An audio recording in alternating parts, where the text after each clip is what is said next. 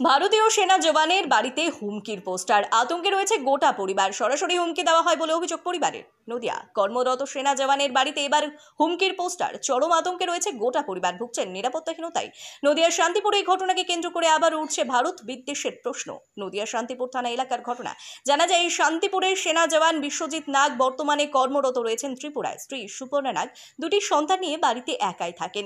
তবে অভিযোগ, সকালে বাড়ির উঠোন পরিষ্কার করতে গিয়ে দেখে একটি কাগজের টুকরো পড়ে আছে। তাতে লেখা রয়েছে পাকিস্তানের জয়, বাংলাদেশের জয়। ত্রিপুরায় আছে, বাংলাদেশিদের ধরছে, বাড়িতে একা আছে।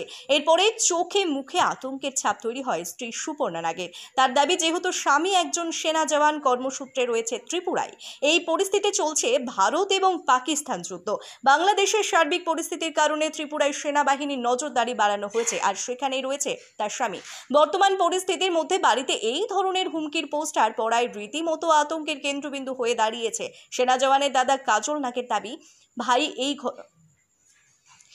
এই ঘটনা জানার পর খুবই উদ্বিগ্ন। তারা যথেষ্ট আতঙ্কের মধ্যে রয়েছে। যারা এই ঘটনা ঘটিয়েছে তাদের বিরুদ্ধে আইনানুগ ব্যবস্থা নেওয়া উচিত। কারণ একদিকে যেমন ভারত বিদ্বেষ, অন্যদিকে পাকিস্তান ও বাংলাদেশি প্রেমিকরাই এই ঘটনার সাথে যুক্ত।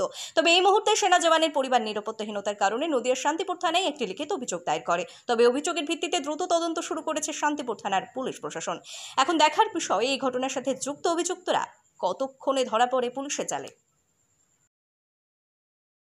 এই যে কাগজ পাওয়া গেছে, তাতে লেখা আছে পাকিস্তানের জয়, বাংলাদেশের জয়।